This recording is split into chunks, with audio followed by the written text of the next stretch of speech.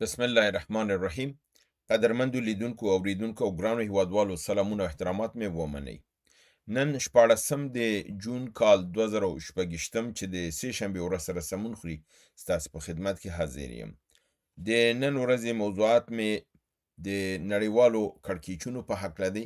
چې هغې کې د ایران او د امریکې موضوع، د اسرائیل او د امریکې موضوع، د یوکراین د روسیې او د ټرمپ ترمنځ خبرې او معامله، د جمعې په ورځ د معاهدې امضا کېدل، همدارنګې د اسرائیلیانو رد عمل او په آخر کې د جهادي څپو نه مکمل راپور ستاسو حضور ته وړاندې کوم. راځو خپل لومړۍ برخې ته. څنګه چې تاسو معلومه ده د دې هوکړې نه اسرائیل خوشحاله نه دی او په همدې بابت باندې دوی په بیروت باندې برید وکړ تر څو دغه معامله خرابه کړي او ایران اراده درلودله چې دا معامله به خرابوي او د ده ځواب به ورکوي.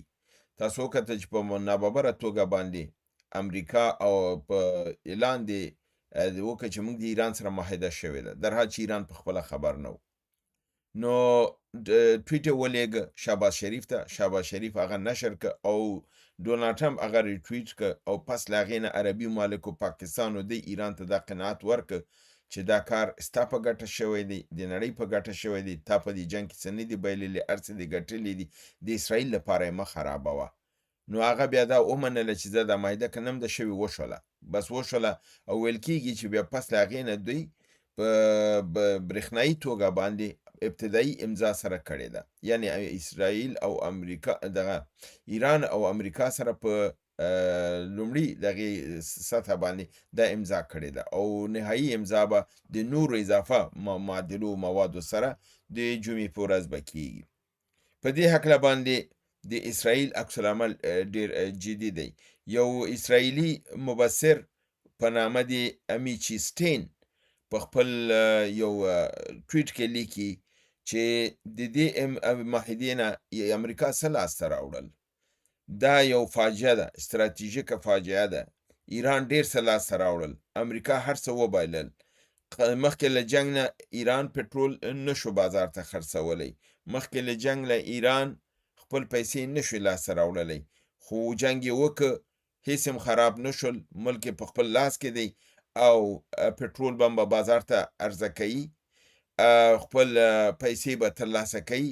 یورانیم یې د ملک نه بهر نه وځي. نو خبره دا ده چې ایران څه نه دي بایللي. دا امریکا ده چې هر څه یې د لاسه ورکړل. نه یې اتومي اسلحه را د ایران نه ویستله، نه یې بالستیک میزایلونه ورته په شا وتنبول او نه هم د هغې د نیابتي ډلې کنټرول کړلی شولې. نو دی په ډېر غوسه دی او دی وایي چې دا یو ډېره لویه ناکامي ده. همدارنګې الجزیره خبر ورکوي چې د اروپا 4 ملکونه چې هغې کې انګلستان، فرانسه، ایټالیا او جرمني دي، دوی دا تصمیم نیولی چې د ایران سره به نږدې اړیکې جوړوي او هغه بندیزونه چې پر ایران باندې د اتومي قدرت صلاحیت په بابت لګېدلی و، د دې تړون نه پس هغه له منځه وړي او د ایران سره خپل اړیکې نارمل کوي او دا مشکل د سیمې نه اوچتوي. تاسو معلومه ده چې دوی دا د ده لپاره کوي چې د پټرولو مسله د تنګي هرمز نه د دوی اوس ضرورت دی چې دا لاره خلاصېږي، دوی باید د زر تر زره خپل دا ضرورتونه رفع کړي، ځکه چې په اروپا کې د پټرولو د قلت سره مخ دي او د ستونزې سره مخ دي. همدارنګې ډونالډ ټرمپ په خپل یو تبصره کې یو ټویټ یې لیکلی دی چې ویلي دي دغه معاهده چې د ایران سره شوې ده دا د په حساب د سیمې او د تاریخ یو لویه دغه دی تړون دی او تفاهم دی، ځکه چې دا صلح او امنیت راوړي. ډېر رئیس جمهوران امریکې ته راغلل او کوشش وکړي چې د ایران سره یو لاره جوړه کړي، خو ونه شول، ناکامه شول او د اول ځل لپاره نړۍ ته، سیمې ته داسې یو رئیس جمهور لاس ته ورغی، ځان ښیي، خپل صفت کوي چې هغې وشو کولی چې حقیقي صلح او امنیت نړۍ ته راولي او د تنګه د هرمز خلاصه کړي او د ایران سره روابط جوړ کړي. نو دا معاهده به د جمعې په ورځ امضا کېږي. د دې نه په نتیجه کې به ایران د سیمې ماینونه پاکوي او پټرول به نړۍ ته جریان پیدا کوي. همدارنګه د اسرائیل وزیر دفاع یسرال کارټس وایي چې اسرائیلي فوج به د لبنان نه، شام نه او د غزې نه ووځي او دا به غیر معینه مدت پورې هلته پاتې کیږي. دا معنا دا ده چې د ډونالد ټرمپ خبر دوی نه مني او دوی دا اعلان دی چې موږ د ډونالد ټرمپ دا معاهده نه منو. اوس دلته هماغه د قالیباف خبره ده چې امریکا باید دا ثابته کړي چې آیا امریکا خپل قدرت او صلاحیت د لاسه ورکړی دی، اسرائیل پې زوروره ده، او یا نه دا وایي چې دی کولی شي چې اسرائیل په ځای کینی او خپل خبره پې ومني. ځکه که دی پې دا کار ونه کړي نو ښکاره خبره ده چې ایران دا کار کوي، ایران به دا برید کوي او اسرائیل به وهي. همدارنګه اسرائیل د جنوبي لبنان په خسور سیمه کې د ډرون حمله کړې ده، یو کس پکې شهید شوی دی. لبناني ولسمشر وایي یعنی جوزف عون وایي چې د لبنان سلامتی د ایران امریکا په معاهده کې تضمین شوې ده او دا د دې حصه ده. نو هغه دې ته لږ زره دغه د ډاډ ګرن دی چې اسرائیل به د دې نه په دې معاهده کې وځي، دا چې اسرائیل اعلان کوي چې دوی د دې سیمې نه وځي. که امریکا معاهده کړې ده خپله کړی به وګورو چې امریکا په دې هکله څه کوي. همدارنګه په 19 د جون د جمعې په ورځ باندې دا تفاهم لیک به په ژنیو کې د پاکستان په سفارخانه کې امضا کیږي. پاکستان به د دې مذاکراتو او د پایلې د امضا کولو کوربه به اوسي. د هرمز د تنګې نه به کشتیګانو تګ راتګ شروع شوی دی. امریکا خپل جنگي کشتیګان لږ په شا وړي دي، یعنې تنګې خوشي کړې ده، لاره یې خلاصه کړې ده او ویلي دي چې کشتیګانې دي ځي راځي. کاملا محاصره خو ختمه نه ده، هغې ویلي دي دا به دغې خو لږې ځانونه رستو کړي دي چې دا ښکاره کړي چې یعنې اوس هغه بندیز نه دی، کشتیګانو ته وایي چې بېغمه ځئ راځئ. او بل ډونالد ټرمپ خو تاسو معلوم دی طبیعتا داسې یو لیوني غوندې شی دی. نو هغه نن پاڅېدلی دی د امریکا کې کم از کم 40 چینلونو ته هر یو ته جدا جدا زنګ والی په خپله. دا یو رئیس جمهور چې دونه مصروف هم دی، د دنیا مسلې ورته دي، دې سره دومره وخت هم شته چې دې فرضاً CNN ته هم زنګ وهلی دی، دغه د نیویورک ټایمز ته هم زنګ وهلی دی، همدارنګې وال سټریټ ژورنال ته هم زنګ وهلی دی. خلاصه چې څومره چینلونه دي ټولو ته یې زنګ وهلی دی او هر یو ته یې ویلي دي چې ما چې نتنیاهو سره خبرې وکړې ما ورته کمې کنځلې کړي دي او هغه کنځلې هر یو ته تکرار کړي دي چې ما نتنیاهو داسې سپک په دغې برید باندې چې په لبنان یې کړی او ورته مې دغه کلمات استعمال کړي دي، هر یو ته جدا دا کړي. او بیا یې ویلي دا کار مې ځکه وکړ چې نړۍ په دې پوه شي چې کوم کار نتنیاهو کړی دی غلط کار یې کړی دی او هغه ما په دې رنګ سپک کړی دی. نو ما دا خپل احوال وی ټولو ته ورساوه، اوس دا چینلونه پیږو د دې نشول او هغه ټولو نشر کړی دی او هر جمله یې هغه ټول مردار لفظونه چې پکې استعمال کړي دي انګریزان استعمالوي هغه پکې دي، هغه په قوس کې ټولو نیولي دي. زه د هغې د ویلو نه دلته اجتناب کوم ځکه زموږ تاسو ټولنې لپاره هغه مناسب کار نه دی. بل خبره دا ده دی وی چې که چیرته فرضاً اسرائیل وی چې دی به د معاهدې احترام نه کوي او دی ممکن ده چې په ایران باندې برید وکړي. د غربي مبصرین دا خبره کوي چې عقل ته نږدې هم ده. هغې دا وی چې اسرائیل چې کوم بریدونه کول د دې جهازونه د امریکا په مټ باندې چې کوم د امریکا کیسي 115 دا د قطر نه الوتل یا د بحرین نه یا د کویت نه او دوی ته راتلل په فضا کې دوی ته پټرول ورکول، دوی په ایران ته راتلل دا وارې کوو. که چیرته د امریکا کیسي 115 نه وسي نو د اسرائیل خو دا کار وی نشي کولی ځکه چې د هغه دا تیاري نه لري او کومې تیاري چې که اسرائیل سره دیم د هغې کوډ او د هغې کنټرول د امریکا په لاس کې دی، بلان اسرائیل استعمالولی نشي. دا چې اسرائیل وایي زه برید کوم، اسرائیل لنډ برید دا کولی شي چون د هغې لبنان سره نښتی دی، په بیروت باندې برید کولی شي، نور ایران ته برید دی نشي کولی. نو د دې لپاره هغه وایي که دا ګواښ ایران ته کوي د سره وسایل نشته دی ځکه دا تیارې چې ځي راځي 2 ځلې پټرول ډکول غواړي او دا امریکایان ورته کول. اوس امریکایان وایي چې دا مرسته به نه کیږي دوی سره. خو یو بل مشکل موجود دی ډونالد ټرمپ ته، هغه دا دی چې ویل کیږي چې ممکن نتنیاهو د اپسټین د دوسیې یا د فایل هغه پټ رازونه ورو افشا کول شروع کړي تر څو ډونالډ ټرمپ د فشار لاندې ونیسي ویاروي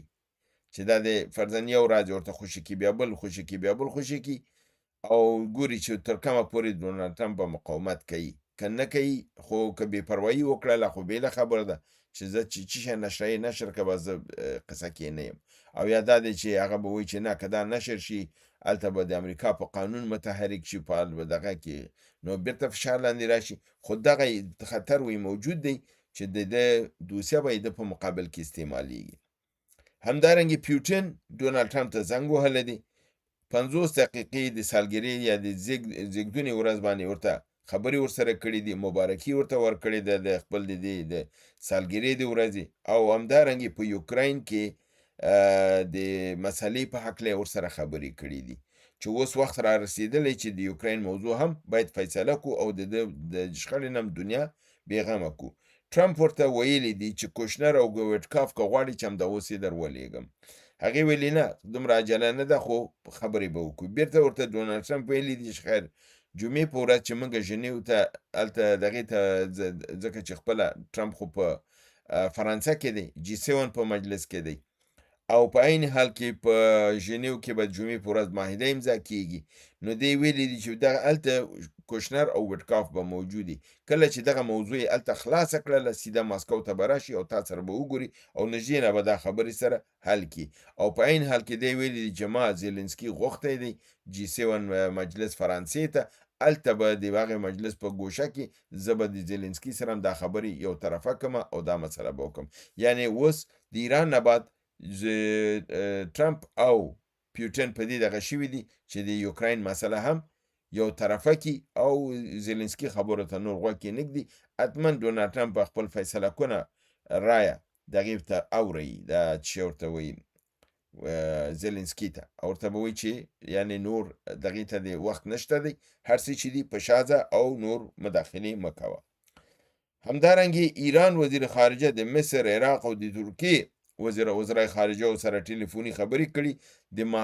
د تړون په هکله د تفاهمنامې په هکله او د دې جزئیاتو په هکله سره خبرې کړي دي او د هغې د ملاتړ هڅې کړي چې ځان ته ترلاسه کړي نو دا و د نن ورځې نړیوال خبرونه او همدارنګې د کړکېچ چې موجود دی چې دا موضوع به کوم خواته ځي یعنی امریکا خو په ظاهره دا امضا کړله په ظاهر امریکا د اسرائیل نه ځان لرې که او ایران هم دا کو نړۍ ټولو د تایید کړی دی نړۍ کې داسې ملک نه دی پاتې چې ټولو تایید کړی که هغه عربي نړۍ ده که اروپایي نړۍ ده که چینایان دي که روسان دي که جاپانیان دي که خپل امریکایان دي که ډونالډ ټرمپ دی او که ایران دی ټولو دا شی منلی یو اسرائیل نه مني نو دلته به اوس وګورو چې یو اسرائیل او ټوله نړۍ یو خواته کوم خواته ځي دا د لیدلو خبر وي اوس راځمه په خیبر پښتونخوا کې د بریدونو په هکله 13 ورځ 15 د جون د کرم ولایت صدې ولسوالۍ په میرباغ کې د دښمن سره په یو ستراتیژیکه دغه کې دغې په ستراتیژیک مرکز باندې یو لویه تاڼه ده هلته تعرض صورت نیولی د کرم ولایت والی د طالبانو لخوا نه مولوي احمد کاظم د عملیاتو مشري کړې ده په دې کې 2 پولیس وژل شوي دي 6 پکې ټپیان شوي دي 14 خپله تسلیم شوي دي او د جنګ نه لاس په سر شوي دي په دغه وخت کې حکومت د خوا نه یو بل کاروان نظامي د دې د ملاتړ لپاره استول شوی دی مجاهدینو په لاره کې د هغې کاروان مخه نیولې ده هغه کمین ورته نیولی دی په هغې باندې برید کړی هغه کاروان یې وهلی دی له منځه وړی دی او دې ته یې نه دی پرېښی چې دې تاڼې ته راورسېږي دې تاڼې ته مجاهدینو اور ورته کړی دی دا تاڼۍ کاملا سوځولې او له منځه وړې ده او د دغې تاڼې نه او د کاروان نه چې دی اکمالاتي ډېر اسلحه راوړې وه د جنګ لپاره چې بیا خپله تښتېدلي دي او دغه هر څه دلته پرېښي دي په دې کې چې کوم غنیمت ترلاسه شوی دی کافي ډېره اسلحه ده زه د هغې لیست ستاسو حضور ته وړاندې کوم 180 میله کلاشینکوفونه 10 میله خفیفه کلاشینکوفونه 10 میله NG1 پیکاوې دغه دي 10 میله چریکي داشکې 10 میله روسي دراسکوفونه 10 میله راکټ لانچرونه له 10 مرمیو سره 10 د شپې لیزرونه یا نایټ ویژن ګوګل 10 میله سلډزې ماشیندارې 310 بکسې د NG1 مرمۍ 80 بکسه د کلاشینکوف مرمۍ 1180 دانې د کلاشینکوف شاجورونه 10 ارادي فیلډور موټرونه 20 ارادي کورولا موټرونه 10 ارادي د هونډا موټر سایکلونه 10 میله تفنګچې او نور ګڼ شمېر نظامي توکي او تجهیزات لاسته راغلي دي چې کافي یعنی تاسو ګورئ 1180 شاجوره پکې دي 80 بکسې د کلاشینکوف مرمۍ دي همدارنګې 10 فیلډور موټرونه دي 20 کورولا دي 10 دانې هونډا موټرسایکلونه دي یعنی کافي شی غنیمت مجاهدینو نیولی دي راځم همدارنګې د اورګزۍ ولایت د کلاچي ولسوالۍ د اندارې پوځي پوستې باندې 2 جلا د راسکوف بریدونو کې 2 عسکر وژل شوي دي د باجوړ ولایت مامون ولسوالۍ د ډمډولې ډیرې سیمه کې پر نظامی پوستې د راسکوف په برید کې امنیتي کامره ویجاړه شوې ده جنوبي وزیرستان د توئی ولسوالۍ میدانکی سیمه کې مرکزی سړک باندې د FC کاروان برید کې 2 عسکر وژل شوي دي 4 نور ټپیان شوي دي د وزیرستان شمالي ګړیوم ولسوالۍ د سپین ډوګ یعنی د سپین ډاک پوز پر غزمه باندې چې 3 موټرونو کاروانو برید شوی دی 3 عسکر وژل شوي دي او نور زیات ټپیان شوي دي جنوبي پنجاب ولایت د غازی خان ولسوالۍ تونسه شریف کې په نظامی چک پوسټ باندې مجاهدینو خپل جوړ شوی الفاروق توغندۍ چې 1000 کیلوګرام وزن درلودی استعمال کړی دی پوستې کاملا لمنځه وړي ده عساکر وژل شوي دي او زیات زیان ور اوختی دی د لکی مروت ولایت د جبرخیلو ګړوبي سیمه کې 4 اربکیان په یو کمین کې وژل شوي دي وزیرستان جنوبي د واتوی ولسوالۍ د عمرخیلو په سیمه کې پر یو پوځي پوستې د سنایپري برید کې د FC یو عسکر وژل شوی دی او یو بل هم ټپي شوی دی دا زما د نن ورځې